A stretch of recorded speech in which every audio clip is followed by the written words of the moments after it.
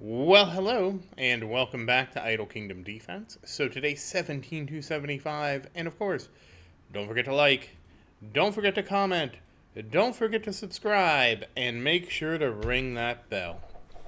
So we're starting off in King's Row. Yes, I skipped showing you B-Team because you have seen B-Team, you know B-Team. And, we're starting off stage 4. Oh. Uh-oh. That might be bad. I didn't have my headphones plugged in, so maybe there would have been a little feedback there. I don't know if it would have picked that up. But obviously, Marion still can't one-shot this. But she's getting stronger and stronger, so that's good. Christian got a boost today too, so again, I don't really think that would help tremendously, but a boost is a boost is a boost. I think Marion's hitting that one. Yep. Excuse me. You can actually tell who Marion's hitting because you will see it will drop. And there she go. What? Wow. She eliminated all but 2? Damn, Marion. Marion's angry. Alright, now this is an AoE stage, nothing fancy. We know all about the dogs. I will be eternally wondering how Vincent does, though, when I get him a set of artifacts. I'm not eternally wondering. We will get there one day. Vincent is technically the next one to level. I want to level him to at least 10,000. Once Vincent is 10,000, we're going to have a vote. Vincent or Sophia. I will be interested to see what the results are. I mean, it doesn't really matter if we level Vincent first. I mean, it does matter, but I mean, if Vincent won, it would just be Sophia next. I'm not going to raise another character before Sophia. It technically makes more sense to level Sophia before Vincent, from how I'm doing things,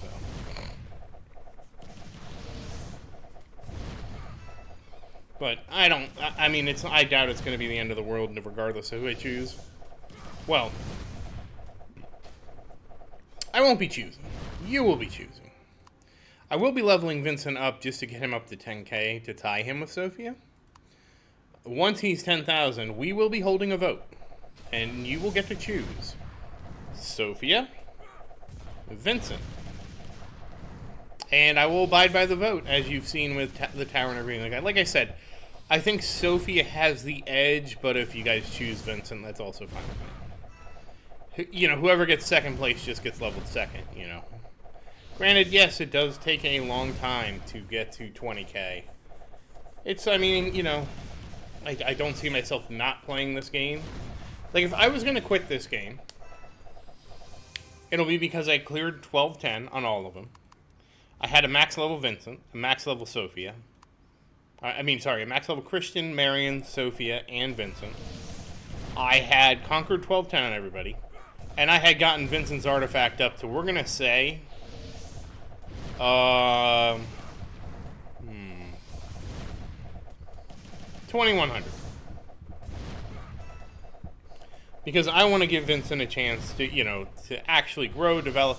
And if we do all that and we don't have an update, I will consider, I'm not promising anything, I will consider quitting this game. I mean, realistically, what will likely happen is I'll start doing Grow Castle, I think. I haven't looked at Grow Castle, but I've heard so many good things about it as a tower defense game. I feel like I owe it to my channel to give it a look at some point in the future. Honestly, I can't do it right now because I have other pressing matters. Like Skyrim. I play a lot of Skyrim. Skyrim. I mean Starfield? And even when I get tired of Starfield, I mean there's Baldur's Gate 3.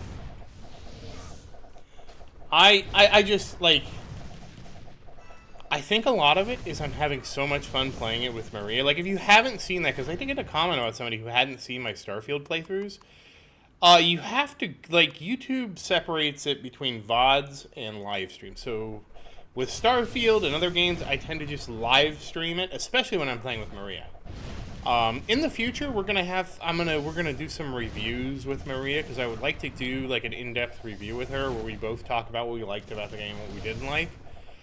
I sort of want her to do her Final Fantasy NES playthrough first, because like I want to go through those Final Fantasies first, because those are the games we played together. So what happened with Final Fantasy 1 is I didn't know, I wanted to play it because she bought it for me. She bought it for me as a gift for my birthday. And I wanted to play it. And I wanted to make it into content too, because I thought it would be fun. It was at least fun. At least I enjoyed it. You know, sometimes I turn stuff into content that doesn't do well, but I enjoyed it. And this is 100%, by the way. So I want her to beat it. For two reasons. One, I want to see what party composition she chooses.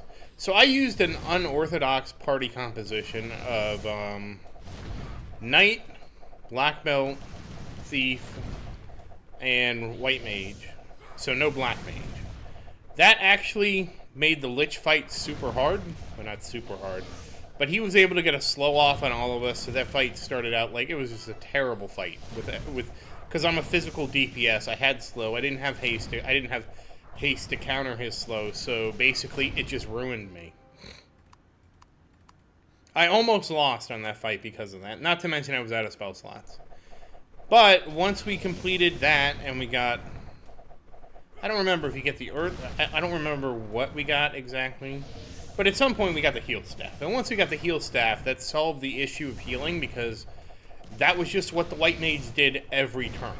You know, especially with the fast battle where you don't have to re-put everything in. I just set the White Mage, you're going to use the healing staff every turn, regardless if people need healing or not, and everybody else just attacks. And once I had that set up, it was just smooth sailing. But I really want to see how she approaches the game, even though we didn't play it together, and just compare and contrast like that. Like, there's a little bit of that in my Starfield, because I made such a stealth-focused build. And, like, the stealth has not been, like... The stealth hasn't been going as well for me as it did in Skyrim. Obviously, the biggest difference between Skyrim and Starfall is that in Skyrim, you can actually craft the weapons. And you can't actually craft weapons in Starfield. You can do the upgrades and all that stuff, but you can't craft the actual weapons. So that's a huge difference. I will say it's both good and bad. So the good part is it prevents me from doing how I usually play Skyrim. What I would usually do during Skyrim is spend, like, I don't know, 20 hours working on my alchemy and all this stuff, making a bow, making a set of armor, getting all this, getting the Azure Star and all this stuff, so I can make a really good set of bow. And honestly, I go so overkill with my first generation. In my more recent playthrough, which I still didn't do everything, by the way. Alright, here's the final one. I at least wasn't super hardcore about it to the point where it slowed me down. I realized I was going to make one, and then I would make another one later. Because there's a few things you have to get. So there's like a blacksmithing pickaxe that gives you plus a blacksmithing. You need to have that. There is a Falmer helmet, and you need to have that so you can because you can equip a Falmer helmet and a circlet at the same time. And a helmet takes, I believe, alchemy and blacksmithing. So that's really important, because the only thing that buffs your enchanting is a potion.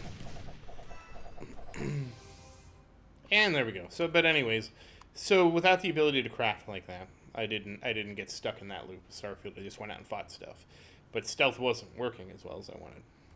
So, that said, Marion 63%, Christian 35%, Vincent, the king of 1%, and Daniel, the king of 0%. That said, as always, thank you for watching. Please like and subscribe to support the channel. If you have any questions, feel free to say something in the comments. I do always look forward to your questions. And as always, thank you again, and I hope you have a great day.